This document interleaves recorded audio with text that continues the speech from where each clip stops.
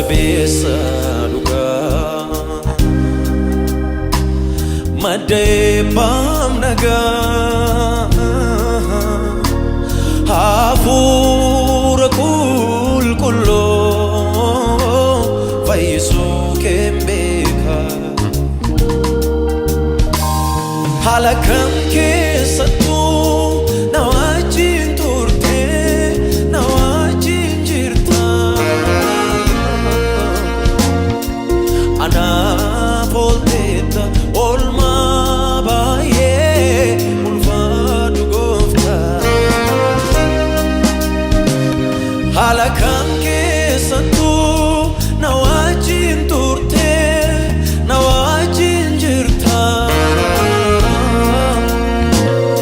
anaaf oolteetta oolmaa baay'ee ulfaadhu gooftaa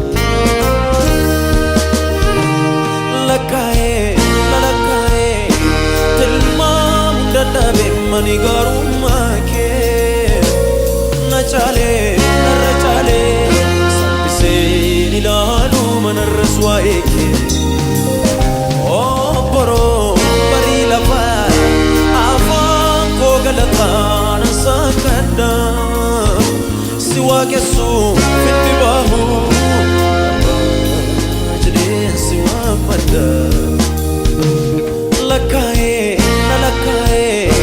tilmaamuun dadhabe mani gaarummaa kee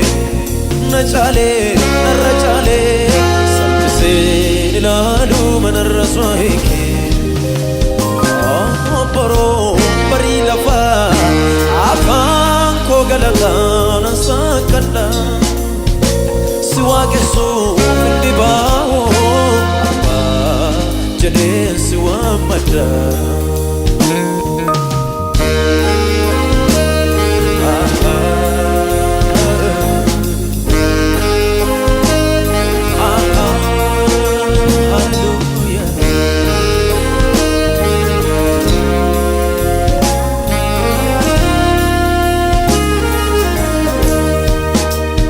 gara kee malee gara iddoo biraan ilaalu jaalalli hin jiru kan jaalala kee madaalu harka kee nalaa harka eenyurraan waan eegu gooftaan si qofaa fixee kan waa'ee koo beeku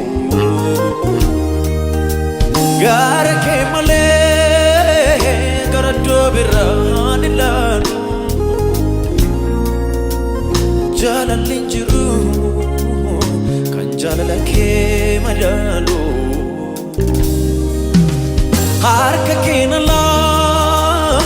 harka eenyurraan waan eegu gooftaan si qofaa fixee kan waa'ee koo beeku lakkaa'ee lalakkaa'ee tilmaamu dadhabe mani gaarummaa kee na caalee narra caalee salphiseen ilaalu manarras waa'ee kee obboroo barii lafaa afaan koo galataan sakkadha si waaqessuu fitti baahu jedheen si waammadha